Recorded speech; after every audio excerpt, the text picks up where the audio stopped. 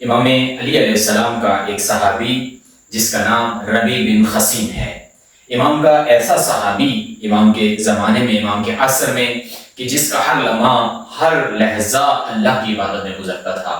ہمیشہ نماز میں، روزے میں، دعا و مناجات، خدا کا ذکر، سبحان اللہ، الحمدللہ، اسی مراحل میں اور انہی لمحات میں اس کا وقت گزرتا تھا. اور یہ کوئی ایسی بات نہیں کرتا تھا جو ذکر و فکر کے علاوہ شمار ہو، دنیاوی شمار ہو.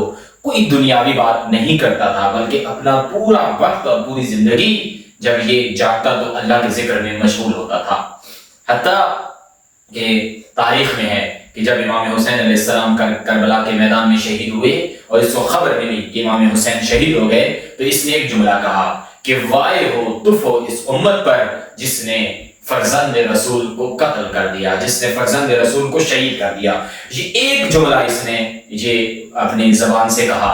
لیکن پھر تاریخ کہتی ہے کہ آنے والے زمانے میں اس نے اس جملے کے اوپر بھی خدا سے معافی طلب کی، پشیمان ہوا کہ میں نے کیا کہہ دیا، میں نے کیوں ایسا جملہ کہہ دیا کہ جو میرا اللہ کے ذکر سے باہر تھا، جو خدا کے ذکر سے مجھے باہر لے گیا، کیوں میں نے اس پر اس نے معافی طلب کی. اور کہتے ہیں کیوں میں اس وقت استغفر اللہ نہ کہہ دیتا، کیوں میں اس وقت الحمدللہ نہ کہہ دیتا، کیوں میں اس وقت سبحان اللہ نہ کہہ دیتا، تاکہ میرا ہر لحظہ و لمحہ اللہ کے ذکر میں شامل ہو. تو یہ صحابی، یہ نمونہ امام علی علیہ السلام کے عصر میں موجود ہے.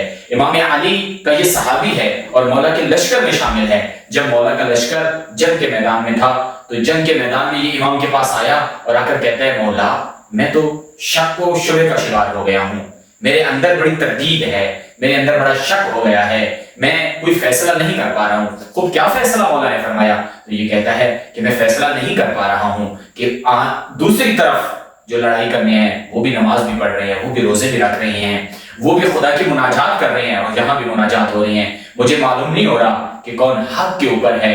بس مولا میری ڈیوٹی ایک ایسی جگہ لگا دیجئے، میری ذمہ داری ایک ایسی جگہ کر دیجئے جہاں میں شک سے نکل جاؤں، جہاں میں تردید سے نکل جاؤں اور میری زندگی ایک ٹریک پر گزرے، میں تردید کا شکار نہ ہو جاؤں.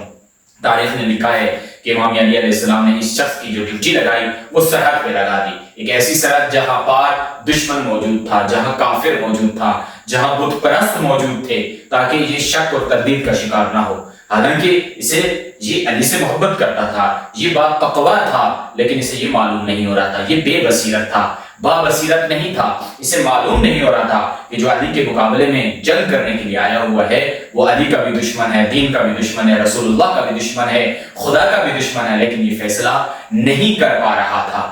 یہ حالت تھی اس ربیع بن خثیم کی. اب میں آپ کے خدمت میں عرض کروں کہ اس وقت ہمارے معاشرے کے اندر لوگوں کا ایک گروہ اس ربیع بن خثیم کی طرح ہے، جو بالکل اس ربیع بن خثیم کی طرح طرز عمل رکھتا ہے، بالکل اسی کے دین پر عمل کرتا ہے. وہ کہتا ہے کہ جو دین ہے وہ دعا کا دین ہے، جو مناجات کا دین ہے، جو نماز ہے، جو روزہ ہے، جو حج ہے، جو زکوٰۃ ہے، جو مجلس ہے، یہی دین ہے. اس سے ہٹ کے اگر کسی بھی شے میں انسان چلا جائے تو وہ دین نہیں ہے. وہ اخلاقیات کو دین نہیں سمجھتا، وہ سیاسیات کو دین نہیں سمجھتا، وہ اجتماعیات کو دین نہیں سمجھتا، وہ حکومت کو دین نہیں سمجھتا، وہ طرز حکومت و قانون حکومت و کس طریقے سے حکومت کی جائے وہ اس کو دین نہیں سمجھتا.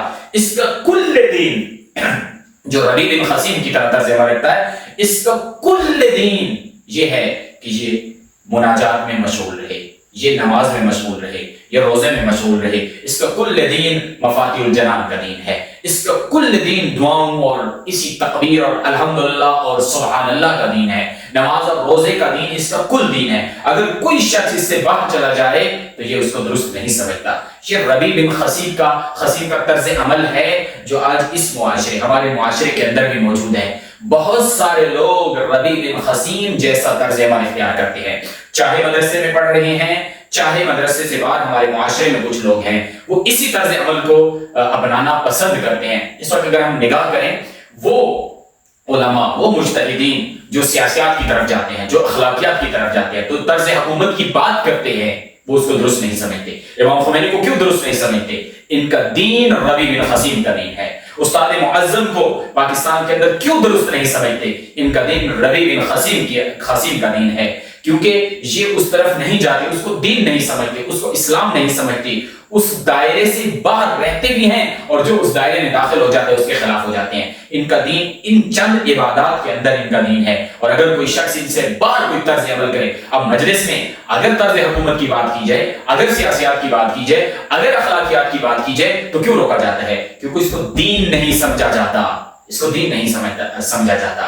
اگر اس کو دین سمجھا جاتا تو پھر بات کرنے میں حرج نہیں ہے کہ یہ بھی دین ہے جو مجلس میں بیان کیا جا رہا ہے، یہ بھی دین ہے جو محفل میں بیان کیا جا رہا ہے، لیکن اس کو درست نہیں سمجھتے اور حتیٰ اس کے خلاف کھڑے ہو جاتے ہیں، امامہ پہن کے اس کے خلاف کھڑے ہو جاتے ہیں، طالب علم کی شکل میں اس کے خلاف کھڑے ہو جاتے ہیں، معاشرے میں ایک پورا پروپیگنڈا مشینری فعال ہو جاتی ہے، اور آ کر ان کے خلاف، ایسے علماء کے خلاف کھڑے ہو جاتے ہیں جو اپنا طرز حکومت فقط عبادات کو قرار نہیں دیتی، بلکہ عبادات کے ساتھ ساتھ اجتماعیات کو بھی دین اور اسلام ہی سمجھتے ہیں، قرآن کا حکم سمجھتے ہیں۔ قرآن نے جہاں نماز روزے کا حکم دیا ہے وہاں اجتماعیات کی بات کی ہے، بلکہ اگر میں کہوں کہ قرآن اجتماعیات کی زیادہ بات کرتا ہے، اگر ہم آیات کا مطالعہ کریں تو کس قدر وسیع اور زیادہ آیات ہیں جو اجتماعیات کی بات کر رہی ہیں۔ تو اجتماعیات جس کا بھی دین ہے، ربیع بن خثیم کا طرز عمل اپنانے والا، چاہے وہ جہاں بیٹھا ہے، جس شکل میں ہے، جس صورت میں ہے، وہ درست نہیں سمجھتا، وہ صحیح نہیں سمجھتا اس شخص کو جو عبادات کے ساتھ اجتماعیات کی طرف جاتا ہے، جو عبادات کے ساتھ اس کے عبادت فقط عبادت، اس کے نماز فقط عبادت نہیں ہے، اس کا روزہ فقط عبادت نہیں ہے، اس کا طرز حکومت پر بات کرنا عبادت ہے، اس کا معاشرتی برائیوں کی تشخیص کرنا عبادت ہے، اس کا امر بالمعروف بھی عبادت ہے، اس کا نہی عن المنکر بھی عبادت ہے، اس کا معاشرے کے اندر عدل و انصاف قائم کرنا اور اس کی کوشش کرنا یہ بھی عبادت ہے۔